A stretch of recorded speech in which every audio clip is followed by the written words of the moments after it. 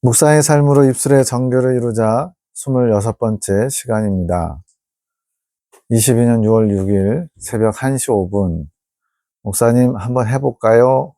영음을 들은 겁니다. 예배 시간 중인데 이때 제가 그때 내려가서 설교하던 때에 두 번째 내려가서 설교한 건데 그때 예배 중에 영계에서 일어나는 여러 가지 상황들을 지금 듣는 겁니다. 송 원장님이.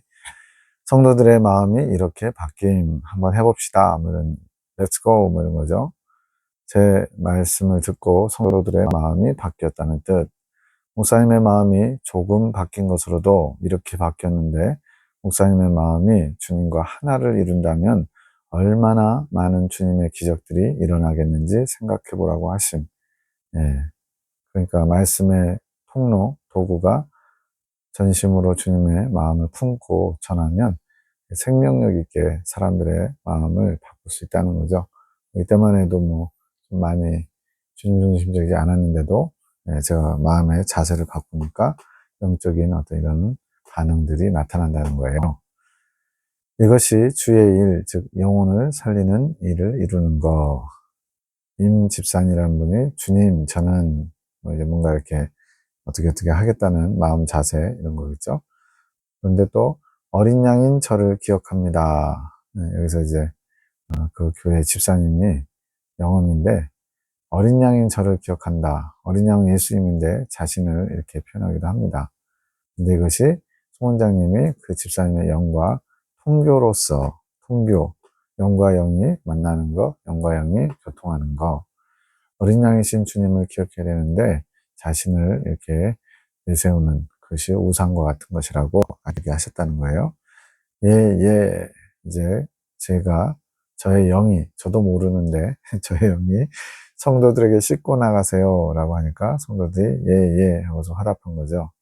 어린 양, 제가 이렇게 영음으로 소리만 냈는데 주님의 보혈을 헛되지 맙시다 이런 의도로 어린 양 했다는 거예요. 그때 성도들이 그것에 영향을 받는다는 거죠. 그 다음에 이제 송 원장님이 빨리 해. 이게 영음. 왜 반말하는지 모르겠어요. 이 영음들 보면 되게 웃겨요, 좀. 어쨌든, 이렇게 모든 것을 주님 앞에서 서둘러라. 지금 급하다. 뭐 이런 영이 말한 거래요. 재밌죠, 참. 주일 예배 중에 우리가 인지하지 못하는 영의 영역에서 일어난 일들의 일부, 전부를 다 다루지 못하고 부분만 주님이 맛보게 하시는 거예요. 그래서 우리는 혼의 영역에서 말하고 듣고 생각하고 이것만 알지만 영계에서는 저게 다채롭게 그 사람의 영적 상태나 이런 것들을 알 수 있는 그런 교류들이 있다는 거죠.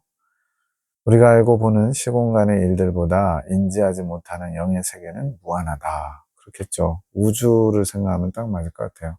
우리는 여기서 지지고 볶고 알콩달콩 또 이렇게 살고 있는데 우주는 진짜 아직도 그 우주의 끝을 모른다라고 하죠. 인간의 한계로. 그것처럼 영의 세계도 그럴 것 같아요. 시공간으로 제한되지 않으며 끝없이 크고 광대하다 하심. 그것에 비해 지구는 티끌 같은 존재. 그냥 우주를 그냥 영계다 생각하면 될 것 같아요. 공간적인 영역의 표현. 그러나 하나님이 가장 사랑하는 곳, 뭐냐면 하나님의 작품들이 여기 있잖아요.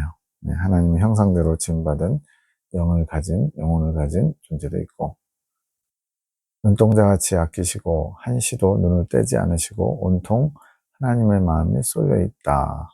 이 마음, 사랑을 쏟아부으시는 유일한 곳이 이 지구, 당신의 영혼들이 있는 곳이라는 거죠. 저희 집사람이 김사모인데 얌전하지 않으신 분, 송 원장님 속으로 내가 사모님 참 얌전하시구나 이렇게 생각했더니 주님이 아니래요. 활달하고 유쾌하고 어린아이처럼 순수한 분, 이제 성향 자체가 이렇게 쾌활하다는 거죠. 그러나 마음에 매임이 있음, 그 매임 안에 자신의 마음, 여기서는 마음 안에 여러 기관들 중에 감정을 가두고 있다. 그 감정의 마음이 앞서 얘기한 것처럼 활달하고 유쾌하고 이런 식으로 회복되어야 주님 앞에 열정이 회복될 수 있다. 지금 억눌려 있다는 거죠. 여러 가지 상황 가운데 그 매임 안에 주님께 나아갈 열정이라는 감정이 가두어져 있음. 그래서 이 총장님과 하늘군대를 통해서 주님이 하시고자 하는 일이 뭐였어요? 내고 푸는 일을 한다. 이렇게 매여 있는 자들의 그런 것들을 풀고 그걸 다시 이제 주님께 매이게 하는 것, 그 사명을 감당하는 겁니다. 그 감정을 본인의 마음, 여기서 생각의 영역, 감정도 그렇고 생각도 그렇고 그 안에 지금 갇혀져 있는 것들이 있어요. 억압되어 있는 것들이 본인이 인지하고 있지 못하는 그런 영역일 수도 있어요. 그 안에 가두지 말고 주님께 기도로 나아가 치유를 받아야 됨. 이런 것이 주님의 음성으로 들린 게 아니라 영과의 통교. 영과 영은 이렇게 우리가 대화를 주고받듯이 영과 영은 말하지 않아도 통교를 통해서 전달받을 수 있다는 거죠. 일례로 뭐 이제 텔레파시 뭐 이런 것도 어느 정도 아예 없는 거를 하진 않을 것 같아요. 이런 영과의 통교가 텔레파시 비슷한 걸 것 같습니다. 그렇게 알아지는 거. 새벽 1시 46분. 천국은 통교로 이루어지는 나라. 세상의 언어가 아닌, 천국 가서 이제 그래서 입신하거나 또 이렇게 갔다 오신 분들 얘기 들어보면, 대화를 하지 않았는데 그 사람이 누군지 안다는 거예요. 그래서 얼굴도 뭐 많이 이뻐지고 완전히 달라졌는데, 살아있을 때 뭐 고모님이었다든가, 뭐 이모였다든가, 작은아버지였다든가, 그런 식으로. 그리고 어떤 좀 새로운 사람을 만나도, 예를 들어 성경에 나오는 사도 요한을 만나거나 그래도 딱 보면 안다는 거예요. 그리고 어느 정도까지는 이제 그 사람의 여러 가지 그 연결된 거, 관계된 것들을 인식할 수 있다는 거죠. 좀 신비한 나라죠. 영끼리 교통함으로써 알아지는 거. 그럼 천국 가면 다 벌거벗겨지냐? 그건 아니겠죠. 아무래도 이제 자신이 알려주고자 하는 만큼 상대방이 알 수 있지 않을까 싶어요. 또 성장한 만큼 또 다른 사람을 좀 이렇게 꿰뚫어 보듯이 그 사람의 삶도 이렇게 좀 들여다보지 않을까 싶어요. 가나안 땅을 정복하고 있는 만큼. 그래서 지금 송 원장님이 지금 가나안 땅 정복 과정이에요. 이게 이제 이긴 자에서 할례산 흰옷을 입고 이제 가나안 땅 정복 과정. 이 만큼 가나안 땅을 정복한 만큼 심령 천국이 이루어진다. 우리는 이제 예수님 믿으면 다 심령 천국을 다 이룬 것처럼 착각하는데, 심령 천국이라는 표현은 뭐예요? 내 안에 하나님의 나라가 이루어진 거죠. 근데 내 안에 지금 막 온갖 죄된 생각, 정욕적인 미움과 분열과 시기와 욕망들이 막 드글드글한데 그걸 천국이라고 얘기할 수 있을까요? 그래서 정확한 심령 천국은 온전히 내 안에 하나님 나라가 이루어진 게 심령 천국이라는 거예요. 죄성이 뽑히는 과정이고 좌범죄가 해결되지 않았을 때는 심령 천국이 이루어졌다, 이루어지고 있다 표현하면 안 되는 것. 즉 자범죄가 해결되지 않았다. 이건 뭐예요? 사지의 은총. 즉 이긴 자가 되기 전에 광야 성도들이 심령 천국이다 이런 표현을 쓰면 안 된다는 거예요. 심령 천국이 되기 위해서 나아가는 거지 심령 천국이 이루어졌다 이러면 안 된다는 거죠. 지은 죄가 있는 상태에서는 천국이라는 표현을 쓰는 게 합당치 않음. 자범죄가 해결된 뒤 또 죄성이 뽑히는 과정에서 심령 천국이 이루어지고 있다. 죄성이 뽑히면요. 심령 천국이 완성됐다. 이렇게 할 수 있겠죠. 그리고 이루어진 것이 죄성이 뽑힌 거. 지금 이런 가나안 땅 정복이 심령 천국이 이제 이루어지고 있는 거죠. 죄성이 조금씩 그 뿌리만 남고 이제 거의 다 댕강댕강 잘라지는 거예요. 그만큼 이루어진 만큼 세상의 언어가 아닌 천국의 언어인 통교로 알아지는 것. 통교 자체가 뭐 천국의 언어라기보다는 천국의 언어 소통 방법이 통교. 우리 그 사도신경에 나오잖아요. 거룩한 공예와 성도가 교통하는 것과 그런 것과 비슷한 거겠죠. 우리 개념에서 이해할 수 있도록 언어라고 표현하신 것. 천국 언어. 통교로 그 천국 언어가 이루어지는 거죠. 우후, 뭔가에 신나서 콧노래가 나옴. 이거 다 지금 영음으로 듣는 거예요. 그랬더니, 순대국밥. 남편 김보희 집사님이 이때만 해도 아직은 많이 육적이거든요. 그래서 순대국밥을 묵상하는 소리. 주님을 묵상해야 되는데, 육적인 어떤 정욕적인 것을 묵상하는 소리. 이거는 이제 우리에게 교훈 삼는 거죠. 너희도 마찬가지 아니냐. 이런 거죠. 씹어요.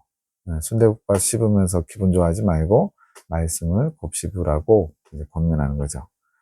11시 16분. 이제는 교수님들이 주님의 빛을 바라는 자들이 되어야 할 때, 뭐, 이제는이 아니고 원래부터 주님의 빛을 발해야죠. 신학교 교수님들뿐만 아니고 교단 목회자들, 나아가 이 땅에 주님의 종으로 세움받은 모든 사람들, 또 평신도들까지도 주님의 빛을 발하는 게 주님의 뜻이죠.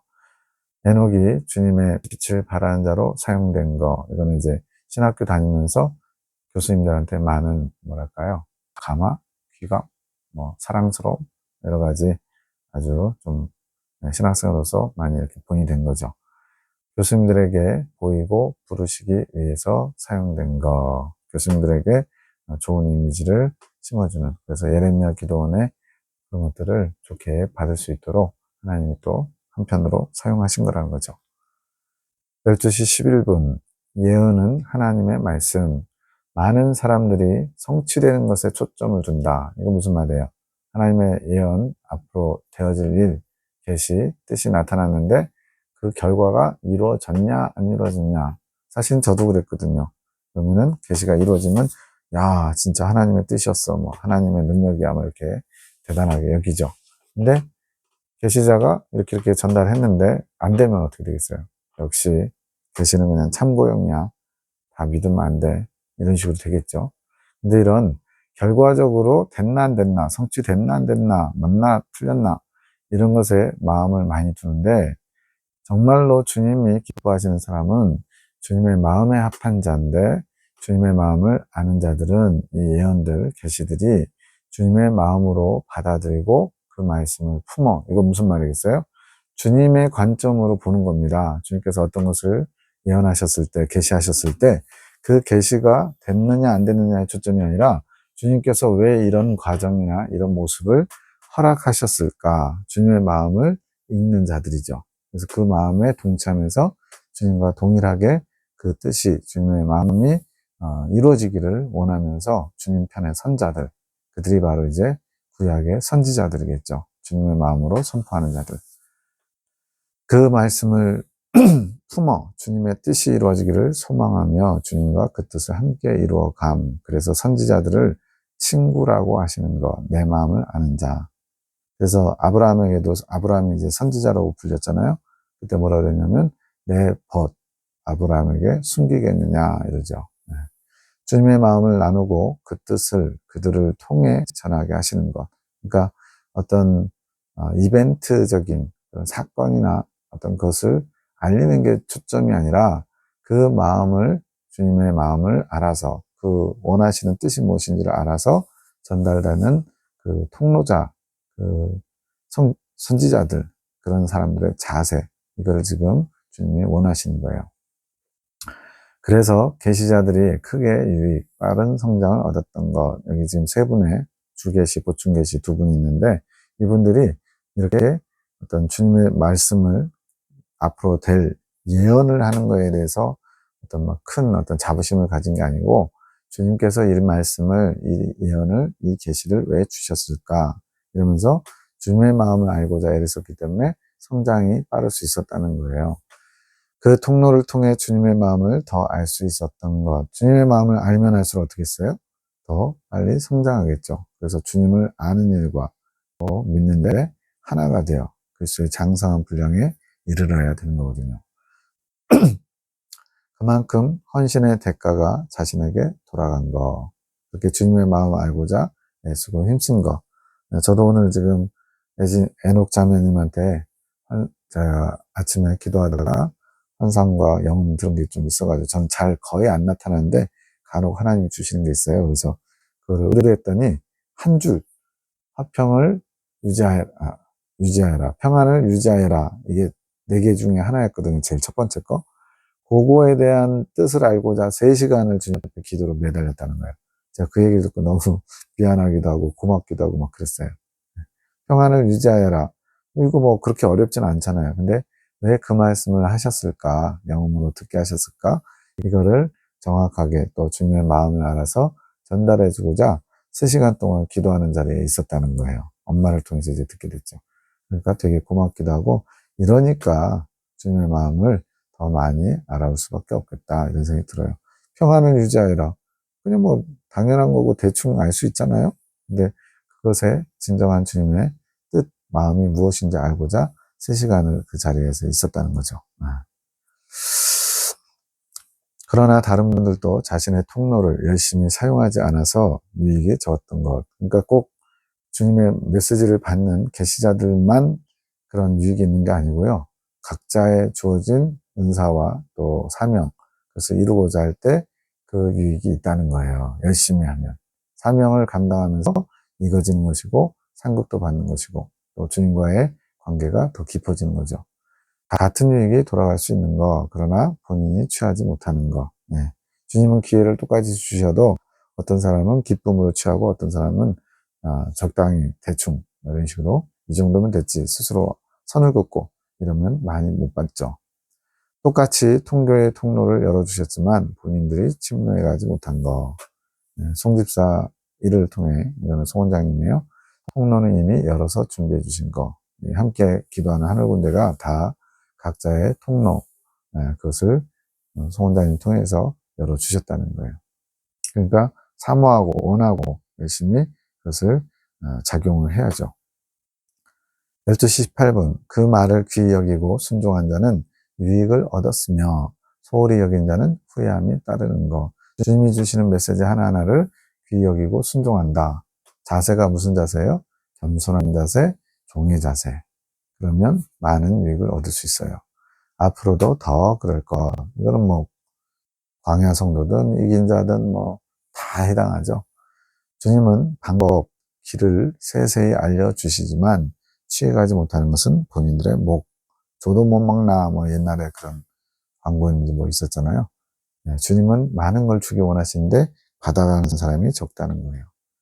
12시 38분 마음의 할례는 사제 은총. 우리 그 할례는 마음의 할지니 이런 표현하거든요. 이제 우리 핵심진리 성장 핵심진리에서는 마음의 할례, 그리스도의 할례, 영적 할례 동일한 걸로 보는데 여기는 조금 그 표현이 달라요. 왜냐하면 마음의 할례는 내면이 정결케 되는 거라서 사지 은총을 의미하고 마음의 할례와 영적 할례 은총, 사지 은총과 영적 할례 은총이 속죄 제사의 은총 두 가지거든요. 마음의 할례를 사지 은총 이러니까 이것도 맞겠다 싶어요. 그전에는 이제 마음의 할례, 그리스도의 할례, 영적 할례 다 같은 걸로 생각했거든요. 근데 이 마음의 할례는 내면의 정결, 그래서 자범죄가 용서받는 것, 내 안에 생각과 감정이 또 나아가 의지까지 이런 부분이 깨끗해지는 거, 그렇게 생각하시면 될 것 같습니다. 이게 온전히 된 다음에 영적 할례 은총으로 죄성이 뽑혀지는 거거든요. 영적 할례 은총은 영 속에 박힌 죄성이 뽑히는 것.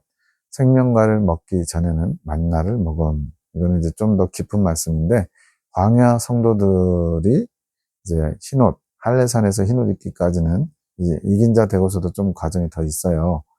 그래서 그동안은 만나를 먹는데요. 그래서 실제로 이스라엘 백성들이 가나안 땅 들어가기 전까지, 가나안 땅에 들어가서 첫 소산물을 내기 전까지는 계속 날마다 만나를 공급해 주셨죠. 이것처럼 하나님의 양식, 하늘에서부터 내려오는 양식은 양식인데 만나와 생명과로 좀 두 종류로 구분하는 거예요. 그래서 생명과를 먹는 타임은 언제냐? 할례산에서 흰옷을 입은 다음부터는 생명과를 먹을 수 있다. 이렇게 주님이 이 예레미야 기도원을 통해서는 알려주셨어요. 그 전에는 만나를 먹을 수 있는데 이 만나가 하는 작용이 뭐냐?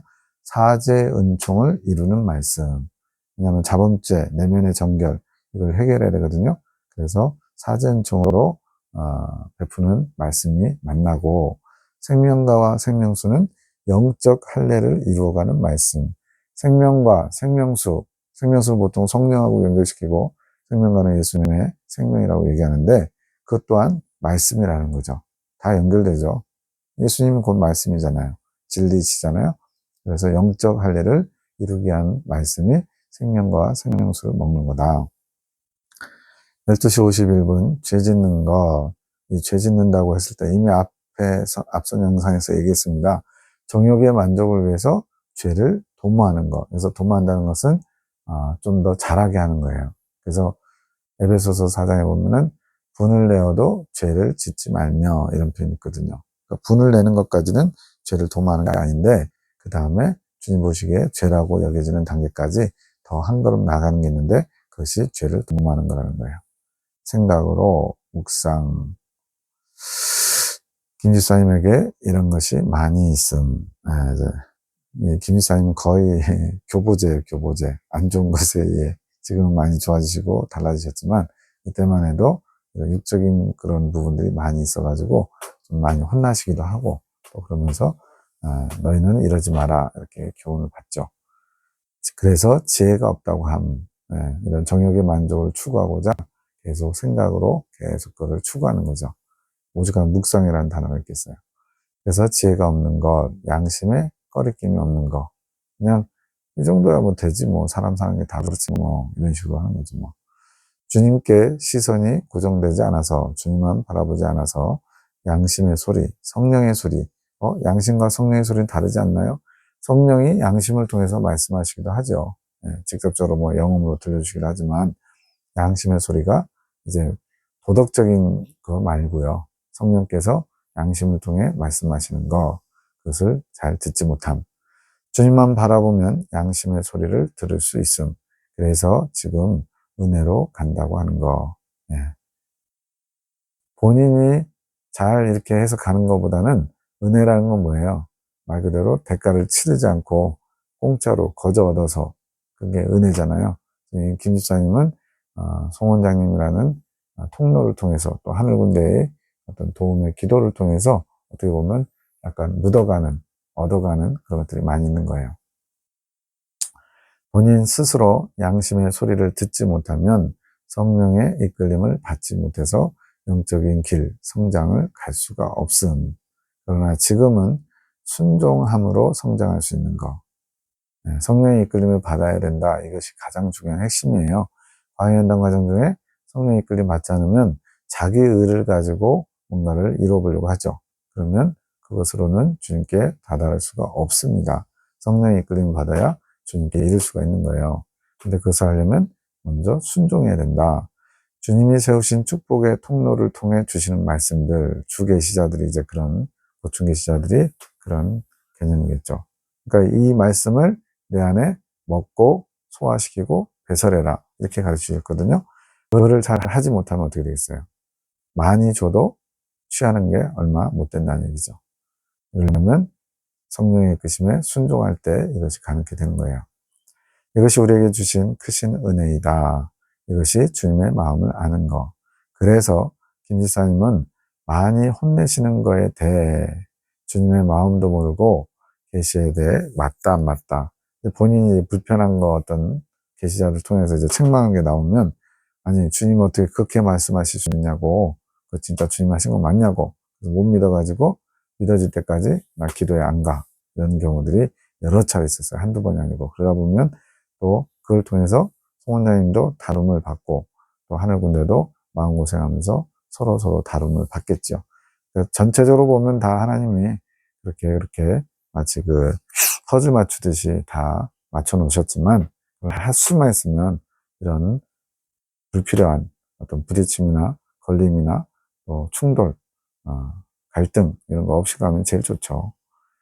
그러나 그것까지도 주님의 어떤 큰 그림 안에 있기는 합니다. 복을 줘도 복으로 여기지 못하는 그런 마음. 그러니까 주님 입장에서는 괘씸할 수 있죠. 복을 많이 베푸시고 또 통로까지도 많이 옆에다 두셨는데 이것이 주님의 화를 부르는 거, 주님께 혼날 일이라는 거죠.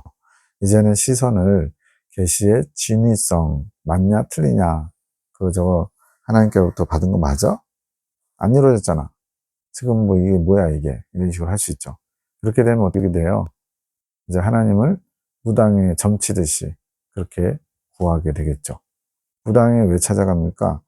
앞으로 대선에 누가 될 건지, 뭐 어떻게 뭐를 해야지 되는지 하나님이 아닌 다른 것을 의지해서 자신의 욕망을 성취하기 위해서 무당을 찾아가잖아요.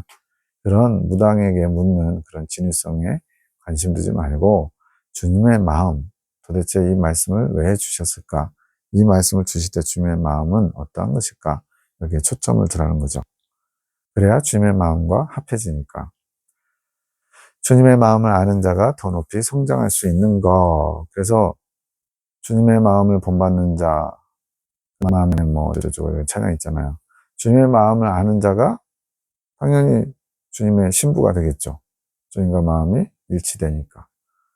더 높이 성장할 수 있고 이것이 완덕이고 주님의 마음을 알아야 주님과 더 결합하고 연합할 수 있음.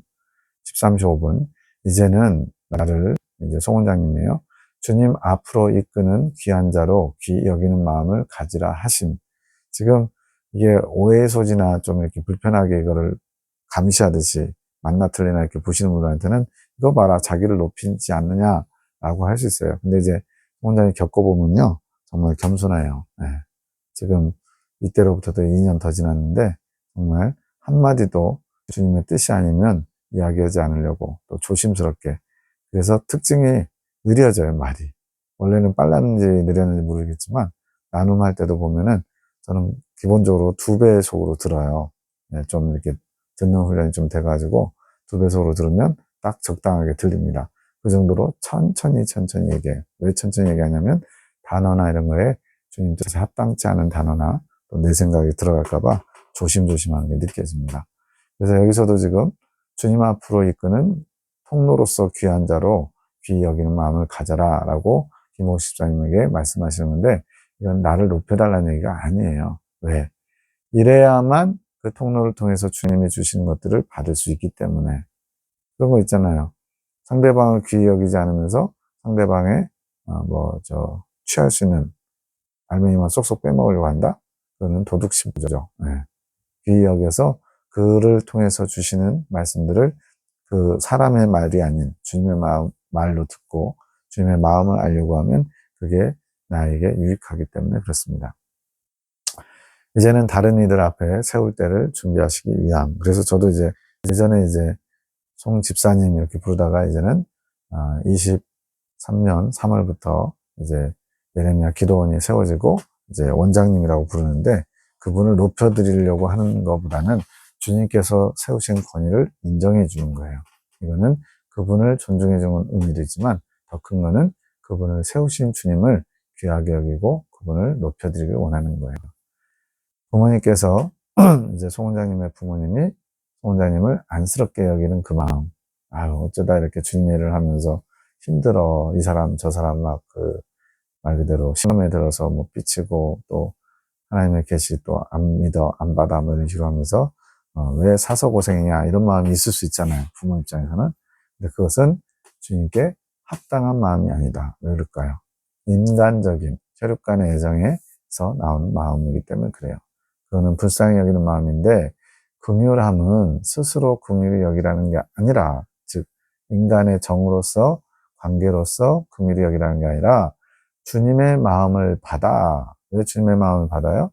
주님의 마음으로 긍휼히 여기기 위해서. 그래서 주님이 긍휼히 여기는 자를 긍휼히 여기는 거. 이게 주님과 일치를 이루는 거죠. 그래서 긍휼히 여기는 자는 긍휼히 여김을 받나니, 이런 표현이 이제 5번째 단계, 8단 진복에서 5번째 단계인데, 이 단계의 긍휼은 다른 사람의 외적인 모습을 보고 불쌍히 여기는 거, 도움을 주는 거, 이런 게 아니라는 거예요. 이 단계에서 주님이 좀 눈여겨보시는 게 뭐냐? 주님이 보시는 긍휼을 갖고 있느냐 없느냐, 이걸 보시는 거죠. 근데 거기에 핵심이 뭐냐? 용서하는 마음, 불쌍히 여기는 마음. 모세에게 이르시되 내가 긍휼히 여길 자를 긍휼히 여기고 불쌍히 여길 자를 불쌍히 여기리라 하셨으니, 로마서 9장 15절. 즉 주님의 마음으로 영혼을 바라보는 시선이 필요하다는 겁니다. 그러지 않으면 우리는 관계에서 오는, 나하고 가까운 사람, 친한 사람, 내가 좋아하는 사람, 이런 인간적인, 인본적인 사랑을 하면서 그게 마치 주님이 기뻐하시는 긍휼이다, 이렇게 착각할 수 있어요. 주님은 그런 걸 전혀 기뻐하시지 않죠. 불신자들도 자기 새끼 귀한 줄 알고요, 자기한테 잘하는 사람한테 잘해요. 그거는 믿지 않는 사람들도 해요. 주님이 원하시는 거는 주님이 긍휼히 여기를 원하시는 사람, 용서하기 원하는 사람, 보듬어주기 원하는 사람, 참아주기 원하는 사람, 그런 사람들을 주님의 마음으로 보듬기를 원하신 거죠. 17시 21분 김일사님을 뭐라고 하시냐면, 내 아내로서 바라보는 마음을 버려라. 네, 김일사님이 송 원장님을 또 되게 많이 좋아하는 것 같아요. 그러다 보니까 장난치게 되고 또 부부관계도 좀 이렇게 하려고 하고. 근데 이제 주님께서 이제는 네 아내는 내 거다, 내 신부다, 건드지 마라, 그래가지고 강하게 경고를 하는데도 이제 그거를 여러 차례 좀 주님 앞에 부끄럽게 된 상황이 있어요. 그러다 보니까 내 아내로서 보는 마음, 이건 뭐예요? 육적인 마음이죠. 인간적인 남녀 간의 애정, 부부 간의 애정, 이런 자세를 버려라. 주님이 요구하시는 거예요. 김일사님 자신이 주님 앞으로 세워가는 주님이 주신 귀한 자의 시선을 가져라. 지금 아내로서의 송원장님 부르는 게 아니라 송원장님을 나를 주님께로 인도하는 그런 사람으로, 그걸 위해서 주님이 세우신 자, 이게 주님의 시선으로 보는 거죠. 근데 그렇지 않고 저 사람은 내 아내야, 내 거야, 내가 권리가 있어, 뭐 이러면 곤란하다는 거예요. 주님 중심으로 되려면 그런 육적인 마음들을 다 버려야 됩니다. 1시 28분 왜 귀함을 받아야 되냐면 직접 주님 앞에 세움을 입어갈 수 있도록 하는 자가 드물기 때문에. 이게 무슨 말이냐면 주님 앞에 세움을 입는다, 뭐 가까운 걸로 얘기하면 이제 참종으로 세움을 입는다, 이제 아론의 쌍난지팡이 과정까지 인도하는 건데, 이런 식으로 다른 사람을 주님 앞에 설 수 있도록 통로로서 그렇게 쓰임받는 사람이 많지 않다는 거예요. 물론 이제 예배 때 목사님들이 설교나 뭐 여러 가지 영적인 도움을 줄 수는 있죠. 그런 거하고 직접이라는 표현을 썼잖아요. 이거는 주님께 계시를 받아서 주님의 뜻을 단도직입적으로, 구체적으로 그 상황과 형편에 맞게 그 사람을 주님 앞으로 인도하는 걸 말하는 거예요. 이제 뒤에는 나오지만 이제 대기업을 세우는 사명, 이제 하늘 군대 사랑의 사도들, 이분들을 이제 다 주님 앞에 이긴 자로 이끄는 그런 일에 통로로 쓰임받은 사람은 거의 드물다는 거예요. 실제적으로도 이제 교회 시대 이긴 자들 14만 4천 명의 우리에게 알려진 분들 보면요, 주변에 이제 프랜시스 같은 분은 이제 예수님처럼 12제자가 다 이긴 자가 됐다고 그러는데, 그런 특별한 분들 얼마 빼고는 그렇게 주변에도 이긴 자를 세우는 일을 감당하신 분들이 많지 않아요. 많은 사람들, 하늘군대와 사랑의 사도를 이긴 자로 세우는 사명을 감당한 자는 없었음. 그래서 주님께서 칭찬을 많이 하심. 지금 송원자님은 자랑하신 분은 아니에요. 제가 잘 아는데, 이런 거는 지금 주님께서 기록해서 우리에게도 주님의 뜻을 알리고자 하는 거지, 드러내고 싶어서 이런 말이 있는 게 아닙니다. 다들 이긴 자들이 주님의 빛을 발하기는 한다. 그렇죠. 교회 시대에 기둥같이 쓰임받은 자들이 이긴 자들인데, 이런 분들이 주님의 빛을 드러내지만 다른 이들까지 세세히 이끌지는 못하는, 즉 자신은 주님 앞에 그렇게 이긴 자로서 빛이 빛나는 삶을 살지 몰라도 다른 사람까지도 그런 삶을 살 수 있도록 이끌어주는 것을 잘 못한다는 거예요. 왜 그러냐면 성령의 이끌림을 받는 그 통로로서의 역할을 감당한 사람이 별로 없었기 때문에. 네. 마더 테레사도 뭐 성령의 이끌림 받으려면 이렇게 하세요, 저렇게 하세요 가르쳤겠어요? 그냥 깨끗한 빌민굴에서 주님을 사랑하는 마음으로 불쌍히 여기며 죽어가는 자들 위해서 수고하고 애쓰다가 그 정신을, 마음을 본받고자 수천 명의 이제 마리아 자매가 이제 들어오게 된 거죠. 탄생하게 된 거죠. 근데 그분들한테 늘, 물론 이제 많은 어록을 남겼죠. 네. 주님을 사랑한다는 게 뭔지. 그러나 성령의 이끌림을 받는 것은 이런 겁니다. 라고 얘기는 하셨을지 몰라도 그게 중심은 아니었다는 거죠. 이제는 우리들이 이것을 알아야 다음 주님의 일을 이룰 수 있음. 미리 알게 하지 않으신 이유는 내가 죄에 빠질까봐. 그래서 죄는 교만에 걸려 넘어질까봐. 그러니까 좀 특별하게 송원장님을 세웠다라고 주님이 알려주시면 거기에 송원장님의 마음이 또 흡족하게 여기는 자기 만족에 빠질까봐 이제 와서 얘기하는 건 뭐겠어요? 네, 이제 어느 정도 그런 것들을 마음에 담지 않을 정도로 성장했다는 얘기죠. 네, 지금 이긴 자에서 익은 열매로 나아가는 과정에 있기 때문에 그렇습니다. 자세히 말씀은 안 하셨지만 그동안 극도의 칭찬, 본인이 감당하기 어려울 정도로. 왜?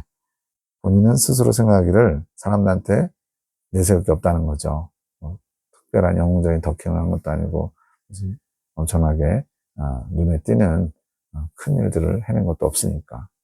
다만 주님을 사랑하는 마음으로 주님과 대화하기 원하고 주님과 일대의 소통 관계, 주님의 마음을 알고자 애쓰고 힘쓴 것, 그것 말고는 예측할 게 없는 거죠.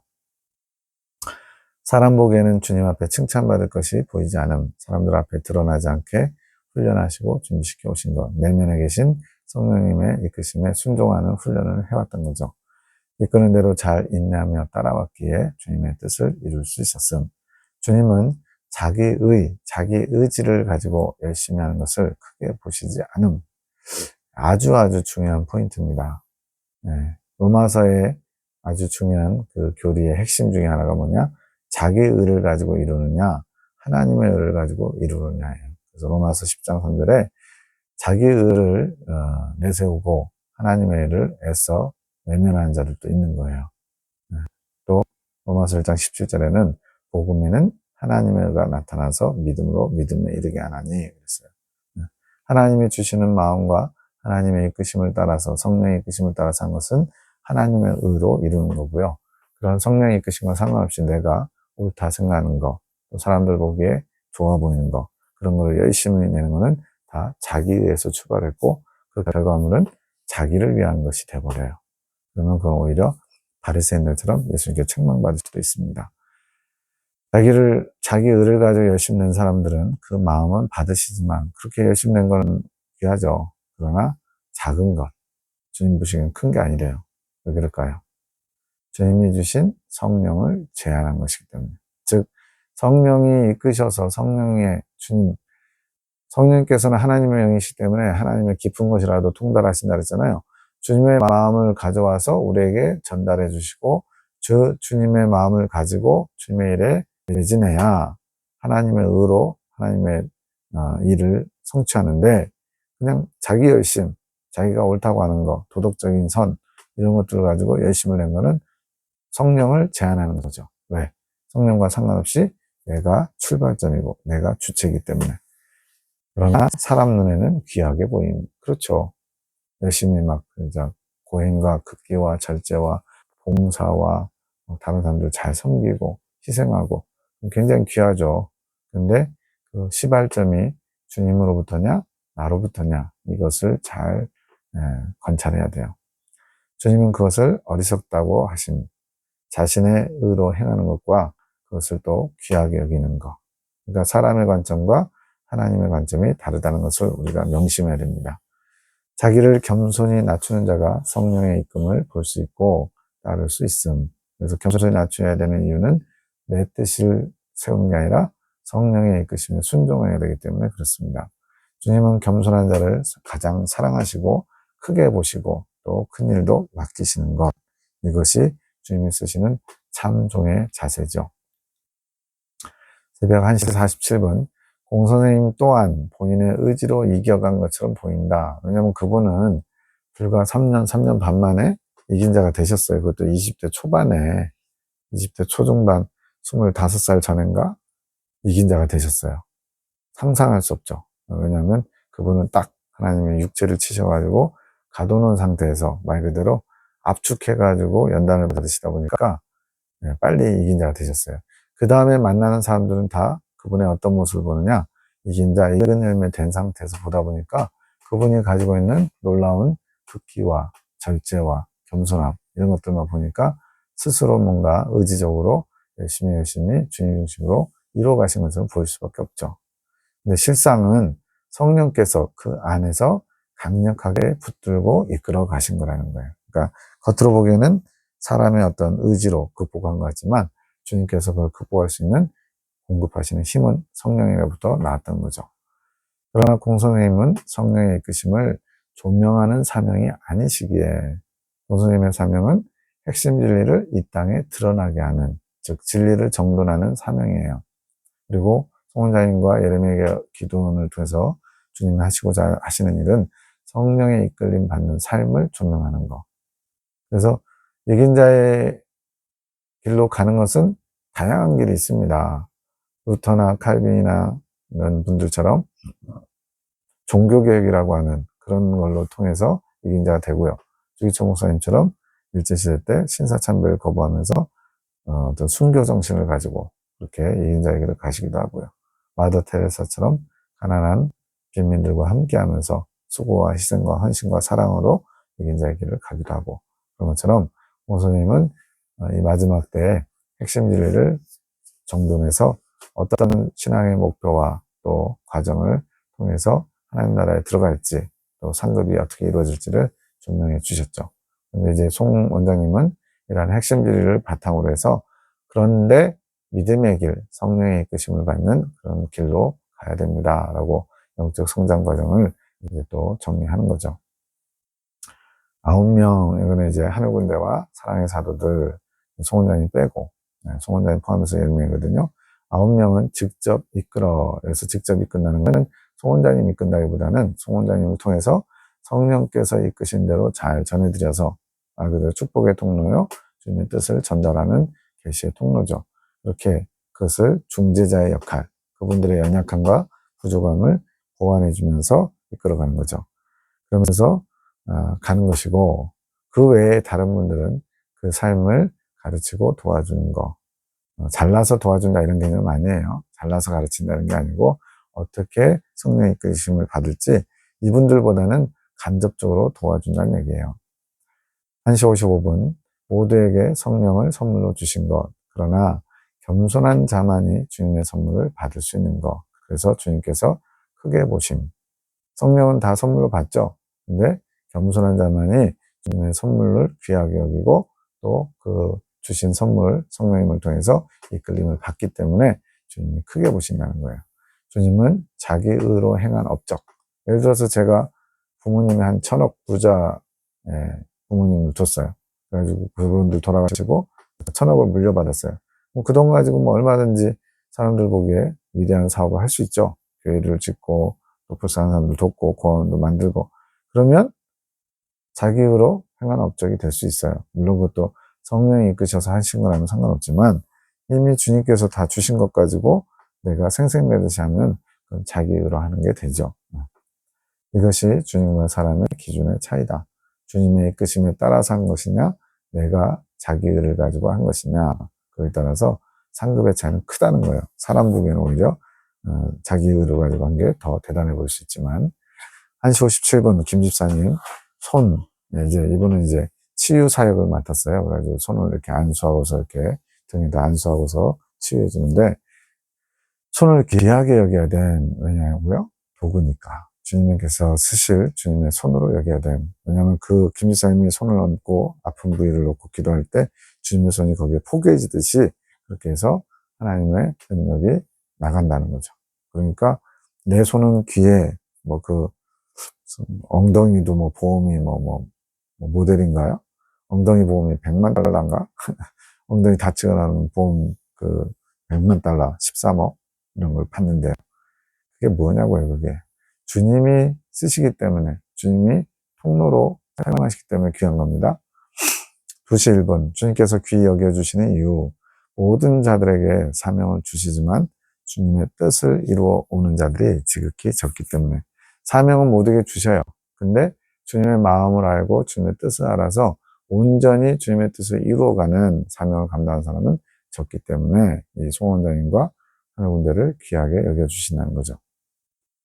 2시 4분에 직접 들려주시면 누구나 다 이룰 수 있는 거 아닌가. 즉 송원장님처럼 주님께서 친히 하나하나 간섭하시고 이끌어가시면 누구나 다 그렇게 되는 거 아닌가 했더니 성령께서 심령 가운데 임하시기 위해 시도하시지만 이건 뭐예요? 성령이 우리 안에 안 계시다는 얘기가 아니라 성령이 우리 안에 들어오셨지만 성령 가운데 역사하실 수 있도록 그래서 이걸 성령의 임재라고 표현합니다. 기존에 그냥 이렇게 성령님이 믿는 사람들에게 들어와 있는 것만 말한 게 아니고 성령이 당신을 드러내면서 강력하게 이끌어 가실 수 있는 상태 그런 것들이 임재죠. 근데 그런 시도를 계속 하시는데 본인들이 제한한다. 모르겠어요. 뒷방울근이 취급한다는 거예요. 그래서 이렇게 마음 쓰지도 않고 성령님의 임재를 느끼면서 받으면서 가는 분들이 과연 얼마나 있겠습니까? 2시 14분 가나안 땅 정탐은 주님의 큰 비침을 받은 자 그래서 히브리서 6장에서는 뭐라고 그랬어요? 한 번 비침을 얻고 그랬죠. 큰 비침을 받고 큰 은혜를 맛본 자인데 그 이후에는 이제 믿음으로 더 성장해야 되는데 잘 성장하지 못한 것에 대해서 책망이 크다. 왜 그럴까요? 주님께서 다 주신 거예요. 알게 하신 거예요. 근데 그것을 끝까지 잘 깨닫고 순종하면서 침례에 들어가야 되는데 그 열심을 내지 못한 것은 책망거리가 된다는 거죠. 은혜를 땅에 묻어둔 자. 한 달란트 받아가지고 땅에 묻어둔 것과 같다는 거예요. 2시 16분. 달란트는 각자 사명에 관한 거. 사명에 관한 거. 그래서 차이가 있죠. 5달란트, 2달란트, 1달란트. 각자가 감당해야 될 사명의 크기가 다르기 때문에 그래요. 그런데 문화 비유는 똑같이 한 문화를 줘요. 근데 그거 가지고 10개, 5개 이렇게 남깁니다. 이건 뭐냐? 문화는 소산물, 믿음의 소산물을 남기는 거예요. 그것이 영적 성장과 밀접하게 관련이 있다. 그러니까 똑같이 복음도 주시고 진리도 주시고 성령도 주신 거예요. 동일하게. 근데 어떤 사람은 그것 가지고 열심히 장사해서 10배, 5배씩 남기고 어떤 사람은 달란트 하나 받은 사람처럼 그냥 그거를 묻어두면 책망을 받겠죠. 2시 18분 1층천 성도는 구원받은 것으로 큰 상을 받은 거. 우리 그렇잖아요. 구원만 받아도 얼마나 큰 은혜입니까? 그런데 성장을 이루지 못해서 1층천에 간 것으로 이미 대가도 받은 거.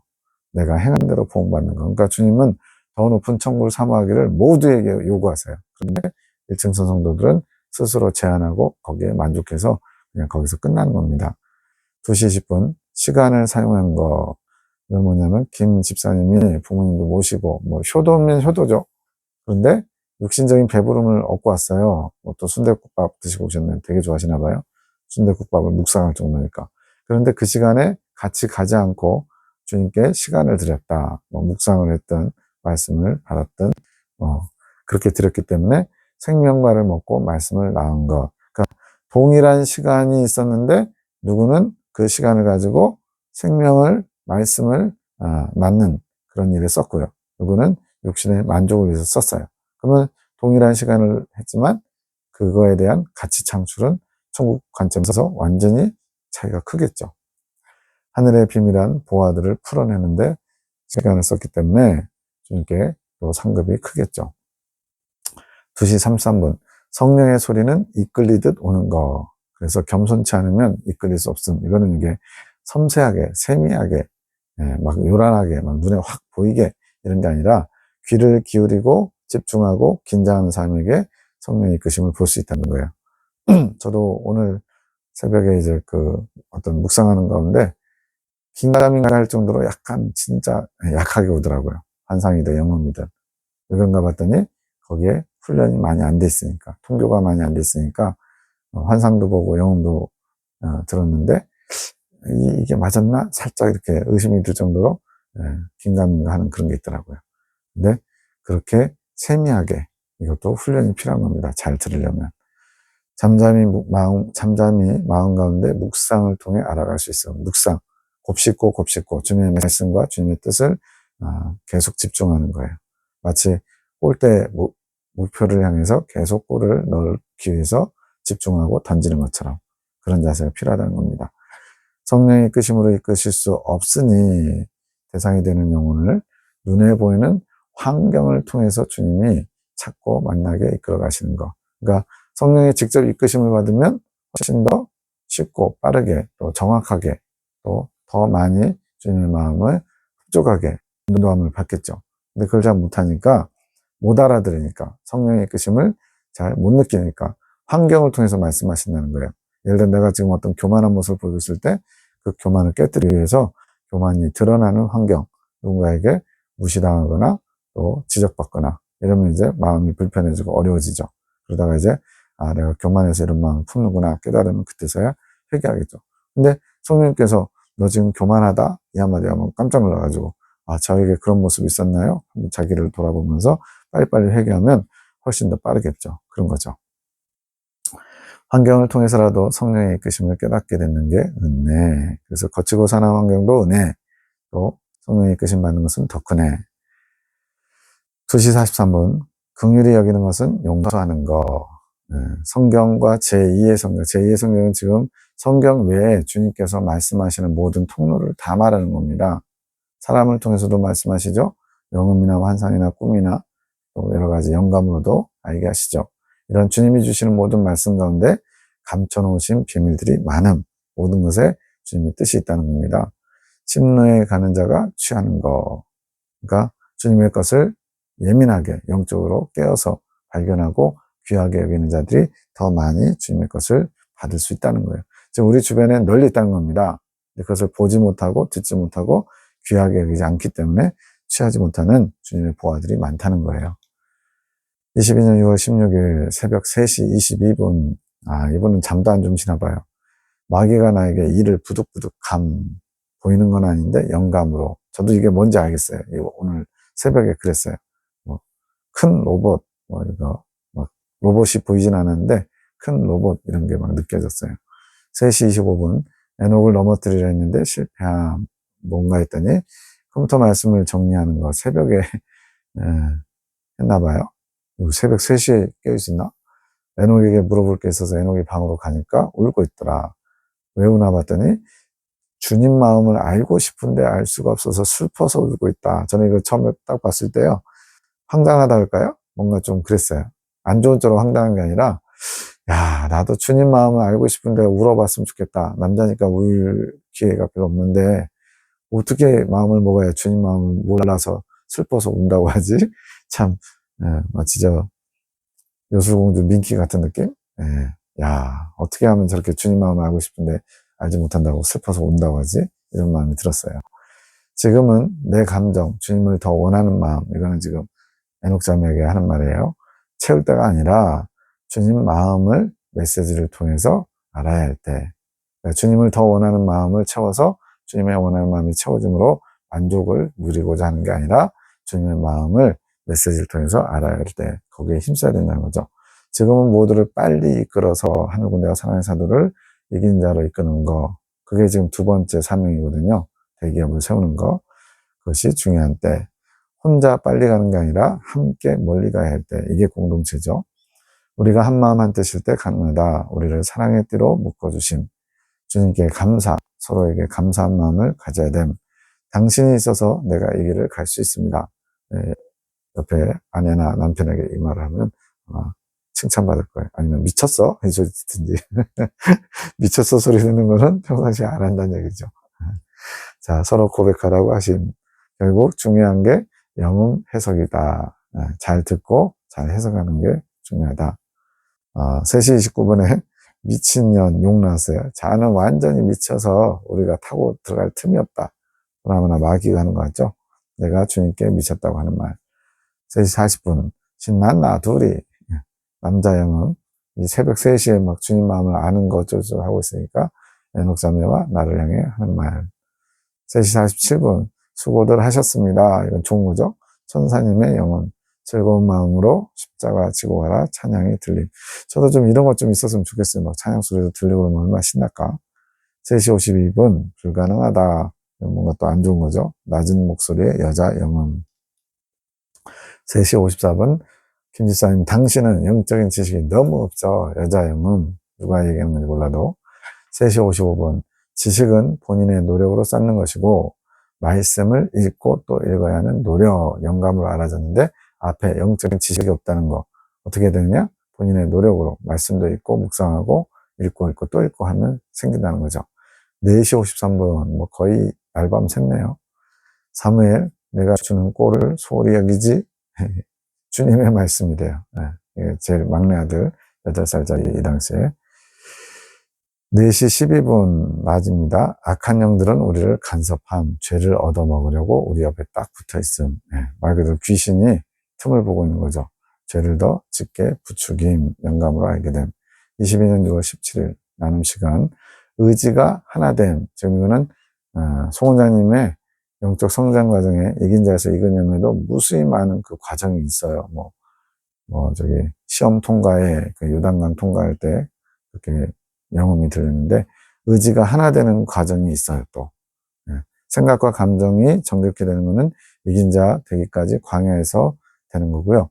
이긴 자에서 이근 염으로 갈 때는 생각과 감정의 결과물인 의지. 왜냐하면 이 의지가 행실과 밀접하게 연결되기 때문에 몸이 하나 되기 위해서 의지가 하나 돼야 돼요. 근데 이때 의지가 하나 됐다고 해서 완전한 하나를 말하는 게 아닙니다. 의지가 하나됨을 이루어가는 그런 과정이 또 있어요. 강한 불이 임한 것 같이 뜨거움이 느껴지더니 잠잠해짐. 어떤 특별한 체험을 한 거네요. 22년 6월 22일 나는 하늘 군대를 주님 앞에 세움으로써 1차적 사명을 감당했고 3차적 사명까지 있다고 했거든요. 주님이 2차적으로는 주님의 대기업을 세우는 거. 그거는 송원장님 포함해서 10명의 이긴 자를 만드는 거. 이게 참 외부에서 보면 참 진짜 콧방귀 끼고 웃기고 있네 이럴 수 있는 표현인데 저는 이제 믿어요. 네. 그렇게 이루어져 가고 있음을 보고 있습니다. 이유는 아직 모르고 열리지 않았음. 이때만 해도 3차적 사명이 뭔지는 안 나온 거예요. 3차적 사명은 이제 외부의 사람들을 세워가는 겁니다. 그래서 3기, 4기까지 지금 군사훈련이 되고 있어요. 통교가 이 땅에서 최고의 선물. 왜 그러냐면 주님의 마음을 아는 것이고 주님의 마음을 알아야 주님의 마음과 하나 되고 주님과 하나 돼야 이제 생명의 연합에 이룰 수 있거든요. 나는 이제 말씀을 받는 자가 아니라 말씀을 가진 자.